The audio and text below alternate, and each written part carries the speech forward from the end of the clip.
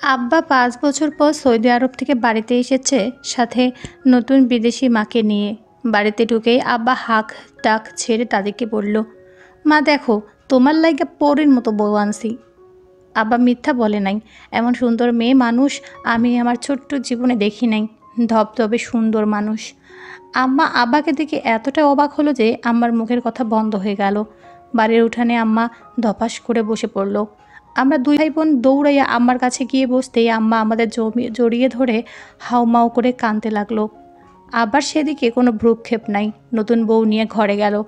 আব্বার আসার খুশিতে আম্মা সকাল থেকে অনেক রকম রান্না বান্না করছিল।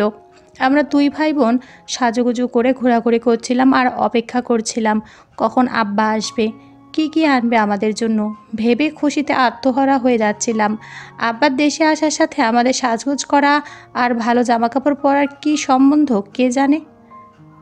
আম্মা নিজেও নতুন একটা শাড়ি পরেছিল, কিন্তু আব্বা বাড়িতে আসার পর আমাদের সব আনন্দ উচ্ছ্বাস এক মুহূর্তে মিলিয়ে গেল। আমি এতটাও ছোট না যে আব্বার আরেকটা বিয়েকে সহজভাবে দেখতে পারবো। ক্লাস 5-এ পড়া আমার ছোট বোনটাও কেমন চুপসে গেছে আমার চোখের পানি দেখে। আমরা একান্নবর্তী পরিবারে থাকি। বাড়িতে দাদি, মেজো চাচা চাচি, ছোট চাচা চাচি আর একজন ফুপি আর 2জন চাচাতো ভাইসহ বড়সড় পরিবার। মেজো চাচা কৃষি কাজ করেন, ছোট চাচা ব্যবসা করেন আর আব্বা তো প্রবাসী। সংসারে সিংহভাগ টাকা আব্বাই দেয়। সেই সুবাদে আমরা সবার মধ্যমণি হয়ে থাকতাম। বাড়িতে আমরা 3জন বাদে সবার মনে খুশি আনন্দ নতুন বিদেশি আত্মীয় পেয়ে। গ্রামের লোকজন বউ দেখতে আমাদের বাড়িতে সকাল বিকেল আসতে লাগলো। আব্বা খুব খুশি মনে একবার আরবি একবার বাংলা ট্রান্সলেট করে সবার সাথে কথা বলাই দিচ্ছে। এর মাঝে অবশ্য আমাদের দুই ভাই বোনকে ডেকেও কথা বলাই দিছে। আম্মা কষ্ট পাবে দেখে আমি বেশি কথা বলি নাই, তবে পারুলের ইচ্ছা ছিল আরেকটু কথা বলার। আমার নতুন শাড়ি পাল্টে পুরনো শাড়ি পরলো, এমনকি সারাদিন না খেয়ে ঘরের এক কোণে পড়ে রইল। কেউ সান্ত্বনা দিতেও আসলো না। মাঝে অবশ্য গ্রামের কয়েকজন বয়স্ক মহিলা এসে ঘরের দরজায় দাঁড়িয়ে হা হুতাশ করলো। কেউ বলল, কপাল পুড়ল তোর মুখ পুরি, কপাল পুড়ল। কপাল যে পুড়ল সেটা তো আম্মা নিজেই জানে। তাদের এসে বলে যাওয়ার কারণ বুঝলাম না। মাগরিবের আগ সময় দাদি এসে মাকে বলল, জামাই বিয়ে করছে, মরে তো আর নাই, এত শোক পালন করা লাগবো না, নাতনিগুলোরে খাওয়ান দাও, নিজেও খাও। আম্মা কিছু বলেন না, মাটিতে পা জড়িয়ে হেলান দিয়ে বসে রইল। আমার উত্তর না পেয়ে দাদি আমার দিকে তাকিয়ে বলল, শিউলি, তোর মাজা চাষিরে তো করে ভাত দিতে, দুপুরে খাস নাই তোরা। আমি মাথা নেড়ে হ্যাঁ সূচক সম্মতি জানালাম। রাতে খাসি জবাই হলো, বিরাট আয়োজন। খাসি নাকি আস্ত পুড়িয়ে খাওয়া হবে। বিদেশি বউ নাকি তেল মশলার খাবার খেতে পারেন না, তাই অ্যারাবিয়ান স্টাইলে রান্না হবে। বাবুচি আব্বা নিজেই। আমরা যতটাই কষ্ট পাচ্ছিলাম ঠিক ততটাই আনন্দ করছি আমার চাচাতো ভাই বোনেরা। ওরা নেহাতি ছোট, তবে সবচেয়ে কষ্টকর ছিল আমার দুই চাচি হেসে ভাঙাচুয়া ভাষায় নতুন মায়ের সাথে গল্প করছিল। তার একটিবারের জন্য আম্মার কাছে আসে নাই খোঁজ নিতে। ছাগল পোড়ানো দেখতে আরও বাচ্চা কাচ্চা জড়ো হলো। কেমন উৎসব মুখর পরিবেশ। আব্বা সুরে গলা ছেড়ে গান ধরল, মিলন হবে কতদিনে, আমার মনের মানুষ এলো শনে, আমার মনের মানুষ এলো শনে।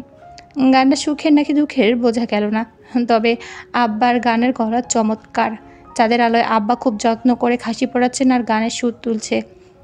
আব্বার গান শুনে আম্মা হাউমাউ করে কাঁদতে লাগলো। পারুল আম্মার পাশ ঘেঁষে বলল, আম্মা গানটা কি খারাপ, তুমি কাঁদো কেন?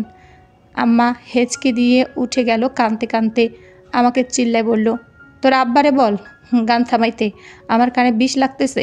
আমি ওঠার আগে পারুল দৌড়াইয়া গিয়ে বলল, আব্বা গান থামান, আমার কানে বিষ লাগে। আব্বা পারুলের দিকে তাকাইয়া আবার ছাগলের গায়ে তেল লাগানোর মনোযোগ দিল। এরপর আরেকটা গান ধরল, তুই যদি আমার তীরে ও বন্ধুরে, আমি হইতাম তোর কোলেতে বসাইয়া তোরে করিতাম আদর, ও বন্ধুরে তুই যদি আমার হইতিরে। আবার গান শুনে চাচিরা হাসতে বলল, আপনারই তো হইছে, আবার কি এরা তো আফসোস। আব্বা আরও জোরে গান গাইতে লাগলো। গানে তালে বাচ্চারা নাচতেছে। রাতে আমরা কেউ খেতে গেলাম না। পারুলের পোড়া মাংস খাওয়ার খুব শখ। আম্মাকে কয়েকবার জিজ্ঞেস করেছে যাবে কি না। শেষবার আম্মা একটা জোরে থাপ্পড় মারার পর এখন চুপ করে বসে আছে। এদিকে ক্ষুধায় আমাদের জীবন যায় অবস্থা, কিন্তু আমার ছাড়া খাইতেও পারতেছি না। সবার খাওয়া শেষে ছোটো চাচি 3জনের খাবার নিয়ে আসলো, পোড়া মাংস আর রুটি। পারুলের চোখ মুখ খুশিতে জল জল করে উঠল। আম্মা গলা খাকিয়ে উঠল, খাওয়ান লাগবে না আমাগো, লইয়া যাও, আমরা তিনজন না খাইয়া মরমু, তোমরা সুখ করো। আমার কথা শুনে পারুলের উজ্জ্বল মুখটা একদম মিইয়ে গেল। যেই ছোট চাচি কোনোদিন আমার মুখের ওপর কোনো কথা বলে নাই, আজকে সে টিপ্পনি কেটে বলল, নিজের দোষে জামাই হারাইছেন, আপনি না খাইয়া মরেন? না করছে কে? মাইয়াগুলোরে মারবেন কেন? হেগো কি দোষ? আম্মা আকাশ থেকে পড়ল ছোট চাচির কথায়। নিজের কানকে সে বিশ্বাস করতে পারছিল না। আম্মা রাগে কিছু একটা বলতে গিয়ে থেমে গেল। চাচি যাওয়ার পর আম্মা হঠাৎ করেই কেমন স্বাভাবিক আচরণ করার চেষ্টা করলো। হয়তো মেয়েদের সামনে অপমানজনক কথাটা সহ্য করতে পারছেন না। সব কিছু আড়াল করতেই এই অভিনয়। আম্মা নিজ হাতে আমাদের দুই বোনকে খাইয়ে দিলেন, কিন্তু আম্মা খেলেন না। সারা রাত বাড়ির বারান্দায় বসে কাটালেন। ঘুমের মাঝেও আম্মার ফুপিয়ে ফুপিয়ে কান্না আমার কানে এসেছে। 7 দিন পর আব্বা উঠানে মিটিং বসালেন। মিটিংয়ের প্রধান উদ্দেশ্য আম্মার বিচার করা। আমার বিরুদ্ধে আবার অভিযোগ হলো, আব্বা আসার পর আমার নিজ থেকে তার সাথে কথা বলে নাই, মেয়েদেরকেও নাকি সলা পরামর্শ দিয়ে দূরে রাখতেছে। আব্বা আর নতুন বইয়ের যত্নের দায়িত্ব আম্মার, কিন্তু আম্মা সেটা অবহেলা করছে। আব্বা দাদিকে উদ্দেশ্য করে বলল, মা তুমি কও, হের কি বিচার হন দরকার, তালাক না? আম্মা আতকে উঠল আব্বার মুখে তালাকের কথা শুনে। আব্বাকে চাচা চাচিরা সায় দিল। এমনকি দাদি কিছুক্ষণ চুপ করে থেকে বলল, বড় বউ অবশ্য অন্যায় করেছে, কিন্তু এটার লাগে তালাক দেওয়া যায় না। এর মাঝে মেজো চাচা বলে উঠল, হ্যাঁ, জামাইরা যদি না মানে তাহলে এই সংসারে থেকে কী লাভ, তালাকই হন উচিত। দাদি আব্বার দিকে তাকাইয়া বলল, জহির তুই আর কয়দিন থাকবি? আব্বা বলল, ভাবছিলাম 2 মাস থাকবো, কিন্তু তোমার বিদেশি বইয়ের কষ্ট হইতেছে এখানে, তাই 20-22 দিন আসি আর। দাদি বলল, জমিলার শাস্তি হইল আগামী 20-22 দিন তোর লগে 3 বেলা বইসা ভাত খাইব, তোরে ভাত বাইরা খাওয়াইব।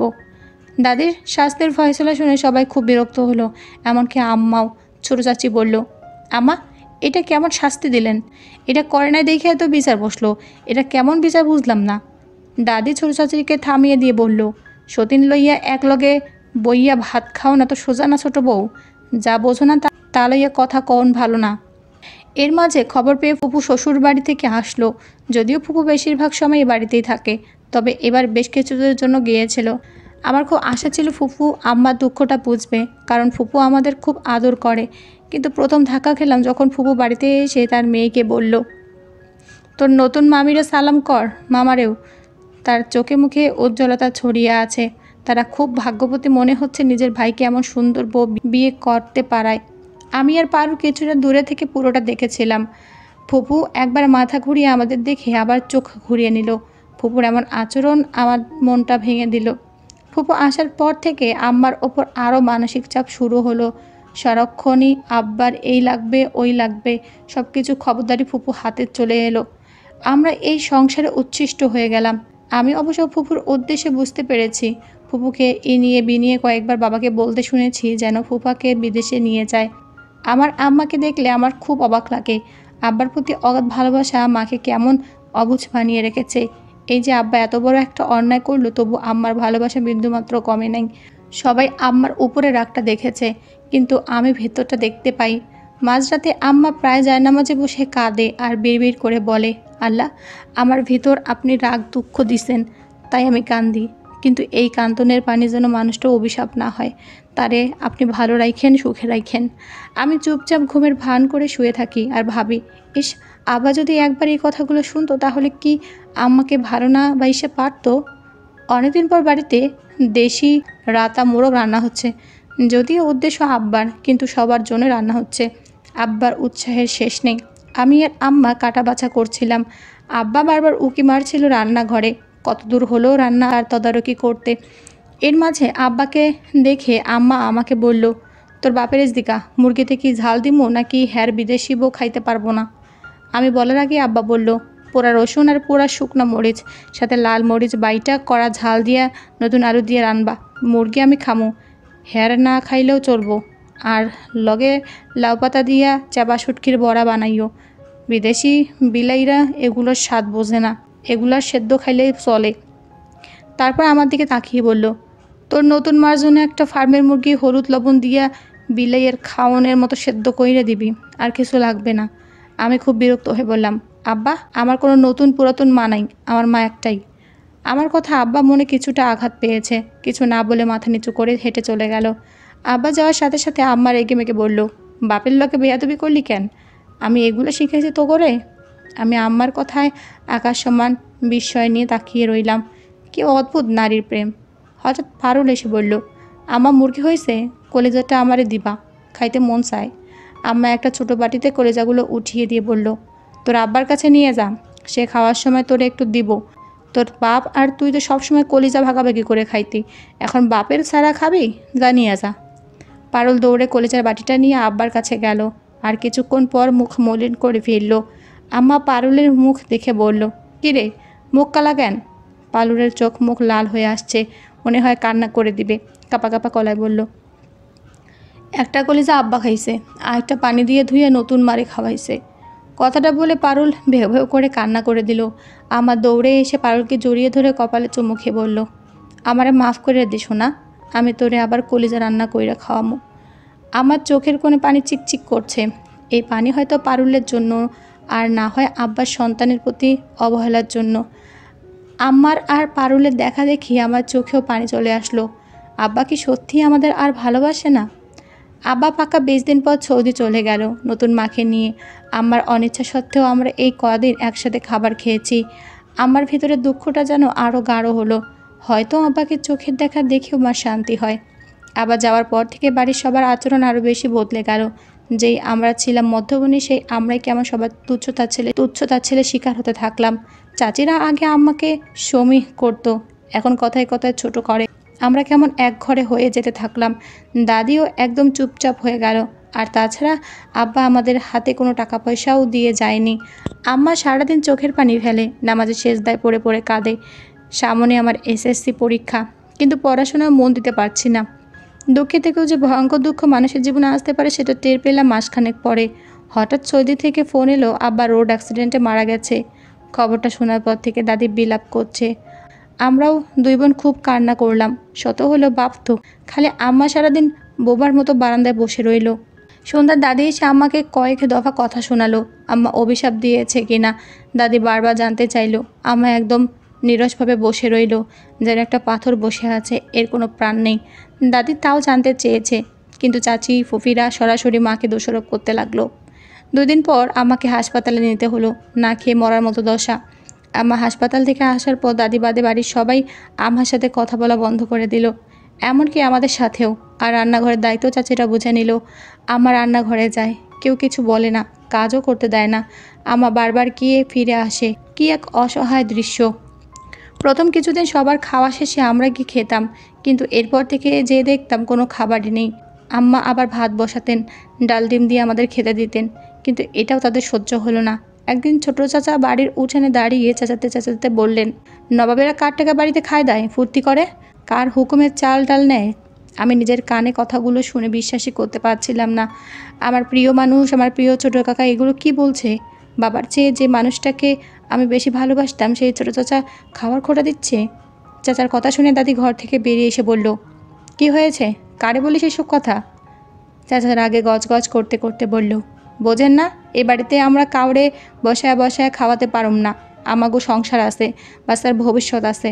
দাদি নরম গলায় বলল, আর ভাতিজির গড়ে ফালাই দিবি? চাচা কিছু বলল না, চুপ করে নিচের দিকে তাকিয়ে রইল। এর মাঝে বাকিরাও উঠানে এসে জড়ো হয়েছে। বড় চাচা বলল, রফিক ঠিকই বলছে, আমাদের ইনকাম তো বেশি না, আগে ভাই খরচ দিত, এখন তো নিজে করেই চলে না। হেরা হ্যাগো নানুর বাড়ির যাওক, তাইলেই তো হয়। এরপর দাদি সবাইকে উদ্দেশ্য করে বলল, আমিও কামাই করি না, আমার জামাইও মইরা গেছে। বড় বউ যদি ভাত না পায় তাইলে তো আমার ভাতও বন্ধ হয়ে যাইব। আমার যদি মা বইলে মানুষ, তাহলে ওগরে তোরা দেখে রাখবি, আর বড় বউ বিনিময়ে বাড়ির সব কাজ করে দিবে। ছোট বউ মেজো বউ তোমরা দাসীবান্দি পাইলা, খুশি তো? সবাই দাদির রায় মেনে নিল। দাদি আসলে ভালো করলো নাকি খারাপ করলো ঠিক বোঝা গেল না, কিন্তু অনেক দিন পর আম্মাকে কাঁদতে দেখলাম। খুব কাঁদলো সারাদিন। এর পরের দিনগুলো হলো আমাদের 3 মামের দাসীবাদীর দিন। শুধু আম্মা না, পারুলকেও কাজের হুকুম দেওয়া হতো। দিনরাত কাদার খাটুনি যাকে বলে। চাচিরা পায়ের ওপর পা তুলে খেত। ছোট চাচা অবশ্য মাঝে মাঝে চাচিকে বলতো, আমার এসএসসি, তাই আমাকে যেন বেশি কাজ না দেয়। তবে এটা আমার কাছে করুণা বলে মনে হতো, ভালোবাসা না। কষ্ট করে আমার এসএসসি দেওয়া হলেও কলেজে ভর্তি হতে পারবো না, বুঝে গেলাম। চরম দুর্দশায় আমাদের দিন কাটতে লাগলো। প্রায় বছরখানেক পার হয়ে গেল, দুই বোনেরই পড়াশোনা বন্ধ। চাচারা আমার জন্য প্রায়ই বিয়ের প্রস্তাব আনে, আম্মা ফিরিয়ে দেয়। তা নিয়েও আম্মাকে গালিগালাজ শুনতে হয় দিনরাত। একদিন মাঝরাতে আম্মা আমাদেরকে ডেকে তুললেন। চোখ কসলাতে কসলাতে বললাম, কী হয়েছে মা? মা চোখ মুখ শুকনো করে বলল, তোর দাদি তোদেরকে ডাকছে, চল। আমরা টলতে টলতে দাদির ঘরে গেলাম। দাদির শরীরটা বেশ কয়েকদিন যাবৎ খারাপ, সারাক্ষণই কান্নাকাটি করে মরে যাবে ভেবে। আমাদের দেখে দাদি কোনো রকম উঠে বসলেন। বালির সে নিচ থেকে একটা পোটলা বের করে আমার হাতে দিয়ে বললেন, আমার ওপর কষ্ট রাইখো না বউ। আমি যদি তোমারে কাজের লোক না বানাইতাম তাহলে ওরা তোমা ঘরে থাকতে দিত না। আমার পোলা ঘরে আমি চিনি, এইখানে কিছু গয়না আছে। এক সেট তোমার বিয়া গয়না, যা আমি খুইলা নিছিলাম তোমার বিয়ার রাইতে। তোমার বাপ যৌতুক দেয় নাই দেইখা। আরও আছে একজোড়া কানের জিনিস আর গলার জিনিস। এগুলো শিউলি আর পারুলের লইগা। আসলে ওগো বাপ তোমার জন্য জিনিস আনছিল শেষবার, তোমা করে পরে দিব কইছিল, কিন্তু পোলাটাই তো মরে গেল, তাই এগুলো ওগোর হক। ভাবছিলাম এসব গয়না আর মাইয়ারে দিয়ে যাবো, কিন্তু আসল কথা কি বউ জানো? খারাপ চিন্তা নিয়ে সারা জীবন পার করা গেলেও মরণকালে খারাপ চিন্তাগুলো মরার আগেই মাইরা ফেলায়। কুচিন্তা লইয়া মরণযাত্রা করণ যায় না। তুমি আজ পর্যন্ত কোনোদিন গয়নাগুলো চাওনি, ইমিটেশন পইরা ঘুরছো, বেড়াইতে গেছো, তাও কোনোদিন কও নাই আমার গয়নাগুলো দেও। তোমারে কেমনে ঠকাই কও তো? ওগুলো তোমার কাবিনের গয়না। আম্মা কাঁদো কাঁদো গলায় বলল, মা আমি আপনারে চিকিৎসা করামু, আপনি মরবেন না, ডরাইয়েন না, আল্লাহ ভরসা। দাদি কিছুক্ষণ অন্যমনস্ক থেকে বলল, সম্পত্তি পাইবে কিনা জানি না, যেহেতু তোমার কোনো পোলা নাই, কিন্তু এই গয়নাগুলো তোমার হক। ওগুলো দিয়ে তুমি আমার নাতনি ঘরে পড়াবা শহরে যাইয়া। শিউলির মাথা ভালা, ওরে তুমি ডাক্তার বানাইবা আর আমারে মাফ করে দিবা। তোমার এই সতীন লইয়া ভাত খাইতে কইছিলাম কেন জানো? আমি জানতাম আমার পোলা আর ফিরবো না, কিন্তু মইরা যাইব এটা ভাবি নাই। তবে ভাবছিলাম আর দেশে আইব না, তাই ভাবছি শেষ দিনগুলোন হের লগে থাকো। আমাগো মাইয়ারা কি সে সুখ পায় জানো? জামের পেট ভইরা ভাত খাইতে দেখলে আমগো আউশ মেটে। আমার দাদিকে থামিয়ে দিয়ে বলল, আমারে আপনি এত স্নেহ করলেন মা, আমি আপনার উপরে কেমনে রাগ করব বলেন? জীবনে প্রথমবার আমি আম্মা আর দাদিকে জড়াজড়ি করে কাঁদতে দেখলাম, যেন মা মেয়ে একে অপরকে পরম মমতায় জড়িয়ে রেখেছে। সত্যি সত্যি আর দুদিন পর দাদি মারা গেলেন। দাদির মৃত্যুতে সবচেয়ে বেশি কাঁদলেন আম্মা। আমাদের মাথার উপরে একটা অদৃশ্য ছায়া ছিল, তার টের পেলাম দাদির মৃত্যুর পর। এরপর আমরা আর ওই বাড়িতে টিকতে পারলাম না। সম্পত্তির ভাগ চেয়ে আরও কাল হলো, রীতিমতো আমাদের বাড়ি থেকে বের করে দিল। গ্রামের লোকজনকে টাকা পয়সা দিয়ে হাত করে। এক বুক কষ্ট আর অসহায়ত্ব নিয়ে আমরা গ্রাম ছেড়েছিলাম। মামার বাড়িতে দিন 10 বেশি থাকলাম না, ঢাকায় চলে গেলাম। তবে ঢাকায় আসার পর আমাদের দিন ফিরল। আম্মা গার্মেন্টসে জব নিল, পারুল স্কুলে আর আমি কলেজে ভর্তি হলাম। এরপর স্বপ্নের মতো আমি সরকারি মেডিকেলেও চান্স পেলাম কলেজ শেষ করে। আমার ভাঙাচোরা এলোমেলো জীবন জোড়া লাগতে শুরু করলো। একান্ত নিজের মানুষগুলোকে নিয়ে আমার সুখের জীবনের সূচনা হলো প্রায় 6 বছর পর। আমার অ্যাক্সিডেন্ট হলো, একটা পা ভেঙে গেছে, জবটা চলে গেল। আমার টিউশনের টাকায় সংসার চলে না ঠিক মতো, আমার চিকিৎসার টাকা জোগাতে পারছি না। আবার সামনে ফাইনাল পরীক্ষা। জীবনে কঠিন সময় আবার না চাইতে ধরা দিল, তবুও জীবন যাচ্ছে চলে। একদিন হঠাৎ সন্ধ্যাবেলায় দরজায় একজন মধ্যবয়স্ক লোক নক করলো। পারুল না চিনতে পারলেও আমি চিনলাম, ছোট চাচা। উস্কো খুস্কো চেহারা দেখে চেনার উপায় নেই। আমি খুব বিরক্ত নিয়ে বললাম, কি চাই, কেন এসেছেন? চাচা খুব করুণ দৃষ্টিটা আমার দিকে তাকিয়ে বলল, কত বড় হয়ে গেছিস রে শিউলি? আমার হুইল চেয়ারে করে এগিয়ে এসে চাচাকে দেখে বললেন, রফিক কেমন আছো? আসো ভেতরে এসে বসো। আম্মা আমার দিকে তাকিয়ে বলল, যা খাওয়ার ব্যবস্থা কর, মেহমান আইছে। আমি একরাশ বিরক্তি নিয়ে রান্না করলাম। এই বেইমান লোকটা কেন এসেছে কে জানে, আর আম্মার দরদ দেখতেও আমার বিরক্ত লাগছে। চাচা প্রথমে খেতে না চাইলেও আম্মার জোরাজোরিতে খেতে বসলেন। আমার রান্নার প্রশংসা করলেন খানিকটা, তবে আমি একদমই পাত্তা দিলাম না। খেতে খেতে চাচা জানালেন তার একটা কিডনি নষ্ট হয়ে গেছে পুরোপুরি, আরেকটা আধা মরা। অনেক কষ্টে আমাদের ঠিকানা জোগাড় করে এসেছে ক্ষমা চাইতে, কারণ তিনি বুঝতে পেরেছেন তিনি অন্যায় করেছেন আমাদের ওপর। এতক্ষণ রাগ লাগলেও চাচার অসুখ শুনে মনটা কিছুটা খারাপ হয়ে গেল। এককালে আমার চোখের মনে ছিল কিনা এই ছোট চাচা। কথা বলতে বলতে রাত হয়ে গেল। আমার ছোট চাচাকে থেকে যেতে বললেন, তিনি সহজে রাজি হয়ে গেলেন। কথা বলতে বলতে এক পর্যায়ে ছোট চাচা আমাকে উদ্দেশ্য করে বললেন, ভাবি গত 6 মাস যাবৎ একটা স্বপ্ন দেখি মাঝে মধ্যে। ভয়ে কলিজা শুকায় যায়। বারবার এক স্বপ্ন আর সহ্য করতে পারছি না। আম্মা অবাক হয়ে বলল, কি দেখো? চাচা কিছুটা ঢোক গিলে বলল, দেখি আমার মা সুন্দর সাদা বিছানায় ঘুমায় আছে। আমি আম্মার ঘরে গিয়া দেখি আম্মার বিছানার পাশে একটা পাউরুটি পইরা আছে। আমার রুটি দেইখা খাইতে মন চায়, আর আমি খাইয়া ফেলি। এরপর আম্মা ঘুম থেকে উঠে যায়, আমারে দেখে বলে, তুই আমার ভাগের রুটি কেন খাইলি? আমি তোরে জাহান্নামে পাঠামো। মায়ের অভিশাপ বৃথা যাইব না। এই কথাগুলো আম্মা প্রতিবার 3বার করে বলে। আমি আমার পা ধরে মাফ চাইতে গেলে দেখি আম্মা নাই। স্বপ্নটা বলে চাচা কেমন থরথর করে কাঁপতে লাগলো। এরপর নিজেকে কিছুটা সামলে নিয়ে বলল, আমি এই স্বপ্নের ব্যাখ্যা জানি ভাবি, তাই আমি আপনার ভাগের রুটি ফিরাইয়া দিতে আইছি। বলেই কাকা ব্যাগ থেকে টাকার থলে বের করে বললেন, 10,50,000 টাকা। আমি কড়াই কণ্টায় হিসেব করে আনছি। আমারে মাফ করে দেন দয়া করে। আমি আর এই ভার বহন করতে পারতেছি না। মেজো ভাইয়ের খবর আমি জানি না, তার কাছে আমি আমার ভাগ বেছে দিছিলাম। আমি আমার ভাগ থেকে আপনার অংশের টাকা বুঝাইয়া দিলাম। আমারে আর অভিশাপ দিয়েন না। আমরা সবাই যেন সবচেয়ে আশ্চর্যজনক ঘটনার সাক্ষী হলাম। আমার নিরস গলায় বলল, রফিক, আমি আমার জীবন দশায় কাউকে কোনোদিন অভিশাপ দেই নাই ভাই। অন্যরে দিলে নিজের গায়ে লাগে, এটাই বিশ্বাস করি। আমার শাশুড়ি আসলে আমারে ভালোবাসতো তো, তাই গত 6 মাস ধরে আমি বিছানায় পড়া। তাই হয়তো তুমি এই স্বপ্ন দেখছো। আমার বিপদের দিন তোমারে আল্লাহ পাঠাইছে। চাচা মাথা নিচু করে বসে রইল, তেমন কিছু আর বলল না। সেদিন রাতটা কেমন উত্তেজনায় কাটলো। এমন বিপদে এই টাকাগুলো আমাদের লাইফ সেভিংস এলিমেন্ট। ফজর পরে চাচা রেডি হয়ে গেলেন। আমরা সকলে উঠে পড়লাম।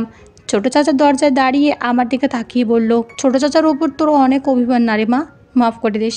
তবে তোর ছোট চাচাকে তোকে এখন সত্যিই ভালোবাসে।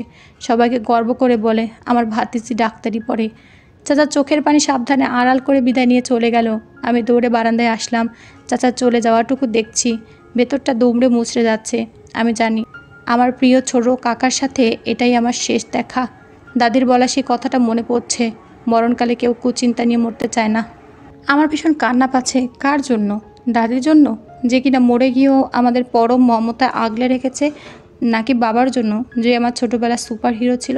নাকি আমার সবচেয়ে প্রিয় ছোট কাকার জন্য, যে কিনা আমার ছোটোবেলার রঙিন স্মৃতিগুলো, যে আমার ছোটোবেলাটা রঙিন করেছিল? আবার যে বেশি সুখের স্মৃতি আমার এই মানুষটার সাথে জড়িয়ে আছে। আমার কোরআন শরীফ পড়ার আওয়াজ কানে আসছে। মানুষ মরে গেলে যেমন শোনায় তেলাওয়াত করে শোনাচ্ছেন। আমার যখন মন খারাপ থাকে তখন আম্মা বেশি বেশি কোরআন পড়ে। আচ্ছা, আজকে আমার মন খারাপ কেন? তাহলে কি সত্যিই ছোটো চাচা মারা যাচ্ছেন? আমার এখনও মনে আছে, আব্বার মারা যাওয়ার 3 দিন আগে, দাদি মারা যাওয়ার আগে আমার ঠিক এমন কাঁপা কাঁপা গলায় কোরআন পড়ছিল। অসহ্য যন্ত্রণায় আমার ভেতরটা ছিঁড়ে যাচ্ছে।